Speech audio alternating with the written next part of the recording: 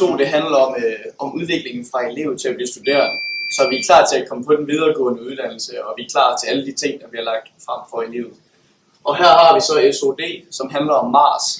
Her kommer der en masse tværfagligt arbejde, hvor de videnskabelige metoder de bliver for eksempel den matematiske model, hvor vi skal ind og analysere osv.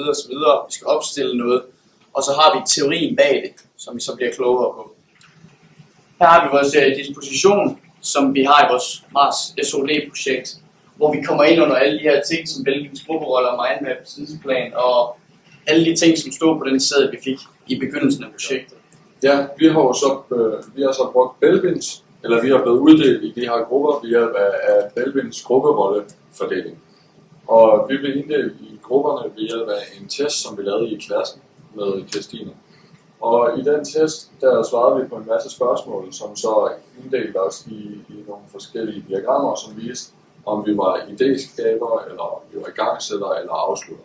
Og der er vi så senere hen blevet inddelt i grupper, ud fra at hensigten har været at danne en gruppe, hvor gruppen indeholder alle punkter, både idéskaber og igangsætter og afslutter og så videre.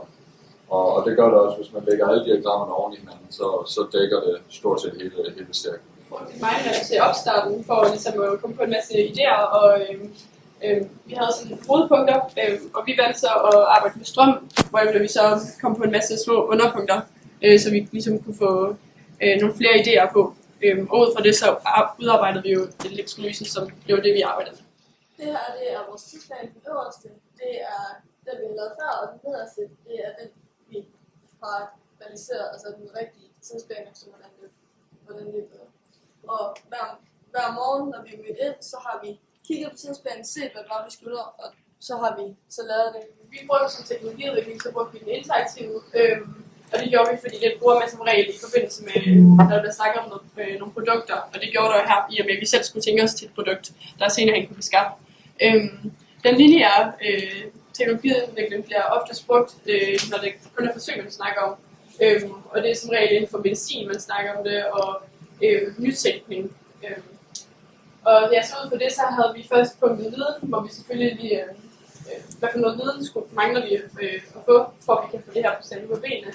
Og organisation, det er, hvad for nogle mennesker, hvilke mennesker skal vi bruge op på Mars. Og så teknik, det er alle de maskiner og strøm, og det vi skal bruge for at sætte den her kæmpe maskine til værks. Og så havde vi produktet, som jo bliver opbevaringen af den her energi, vi ligesom skal lave. Ja, vi lavede forsøget elektrolyse, hvor at man så simpelthen deler vand, så man får hydrogenatomer og oxygenatomer hver for sig. Og det man gør, er, at man tager et elektrolysekar og 2 reagensglas og vand, og så en katalysator i form af syre, hvor vi valgte at bruge svovlsyre. Og så tager man et elektricitetsapparat. Og så en strømforsyning. Og det man så gør, det er, at man tilslutter plus og minus, og så det der så sker, det er, at hydrogenerne de vil vandre over til minus, og oxygenerne de vil vandre over til plus.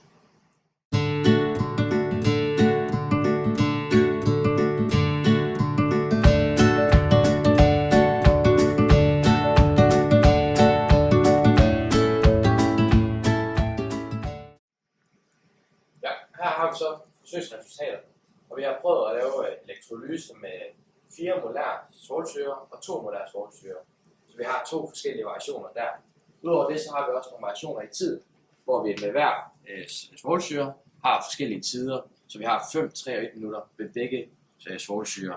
Og vi så har fået nogle forskellige resultater. For eksempel med 4 molær svovlsyre, der har vi fået 2 ml oxygen ved 5 minutter. Og så ved hydrogen, der har vi så fået 4 ml. Så har vi så gjort det samme med den anden svovlsyre, hvor det så er 2 molær, igen 5 minutter, så har vi fået 0,7 ml oxygen og 1,5 ml hydrogen. Så vi har prøvet at køre med 2 forskellige variationer. Og det leder så videre til det næste, hvor vi har de matematiske modeller. Dem har vi der. Så har vi så herovre, der har vi med den her, der har vi så hydrogen. Og den grønne streg her, den viser vores 4 molær svovlsyre, og den blå, den viser vores 2 molær svovlsyre. Der kan man se, at ved 4 molær, der er den noget højere, der bliver lavet noget mere hydrogen. Det vil sige, at det er noget mere effektivt end den med 2 molær. Og vi så også gjort det med oxygen herover, hvor den grønne igen viser vores 4 molær, og den blå viser vores 2 molær. Det er sparet med oxygen. Og man kan aflæse hurtigt, at med hydrogen, der har du dobbelt så meget, og det giver god mening. Da vand, det hedder jo H2O, så du skal have dobbelt så meget hydrogen, da der er 2 hydrogenatomer med et molekyle vand. Så har vi så prøvet at eftervise den her matematiske model ved at lave en langtidsvarende elektrolyseforsøg. Og vi har så prøvet her at lave nogle forsøg, og vi har så fået nogle værdier ved de her 25 minutter. Og grunden til, at vi har lavet et langt forsøg, det er for at komme langt ud på kurven og se, hvor troværdig den egentlig er. Og vi har så forsøgsresultaterne her, og ved 4 molær, der har fået 59 ml hydrogen. Og det passer ikke super godt med vores model, hvor vi herovre kan aflæse, hvor vi har aflæst på vores model.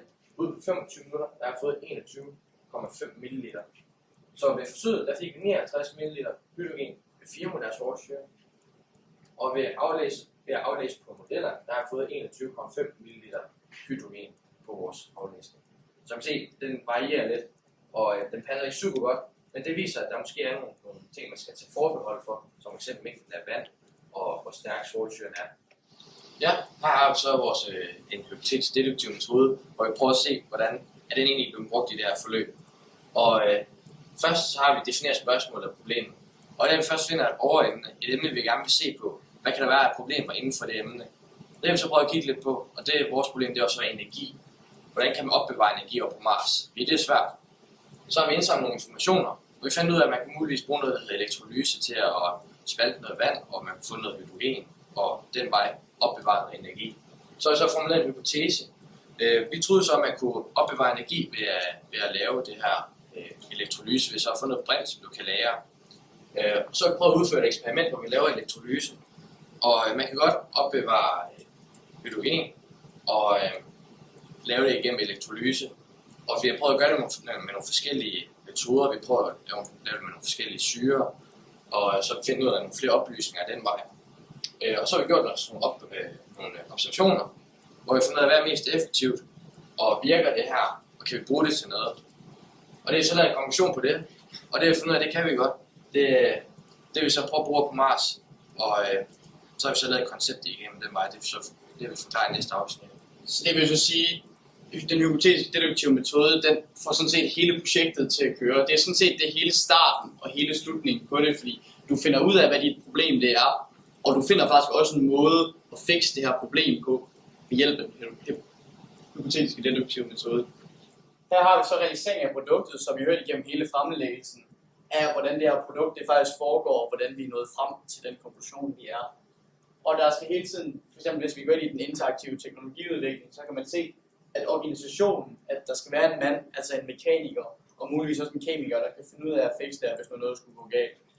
Han henter noget is, og så smider han det ind i maskinen, og så benytter vi den energi, som bliver skabt, eller den varme, som bliver skabt af den reaktion, der sker i elektrolysekarret, og vi bare fører noget vand rundt, så vi hele tiden holder den kold, eller forholdsvis kold, og så smelter vi isen hernede, så vi hele tiden kan få noget vand ind i de reagensglas, vi har, hvor I kan så se H2 og O2 herovre, hvor der bliver dannet dobbelt så meget hydrogen som oxygen, og de bliver ført ud i tankene.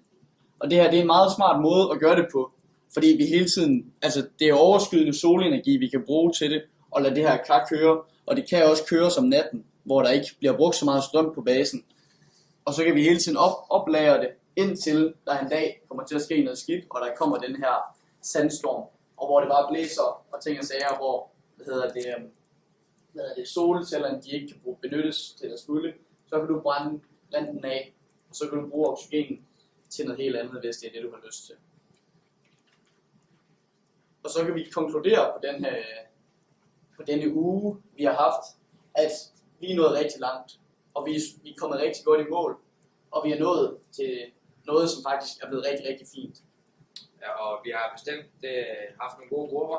Vi har kunnet mærke, at de her Belvins grupperoller, de har hjulpet os. Vi har været meget gode til at kombinere vores færdigheder.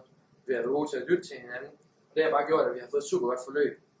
Og vi har haft meget godt styr på det. Vi har hele tiden haft en kontinuerlig proces, hele tiden holdt processen i gang og fået lavet noget. Og det har også resulteret i, at vi har været super god tid, og vi har fået lavet nogle rigtig gode ting.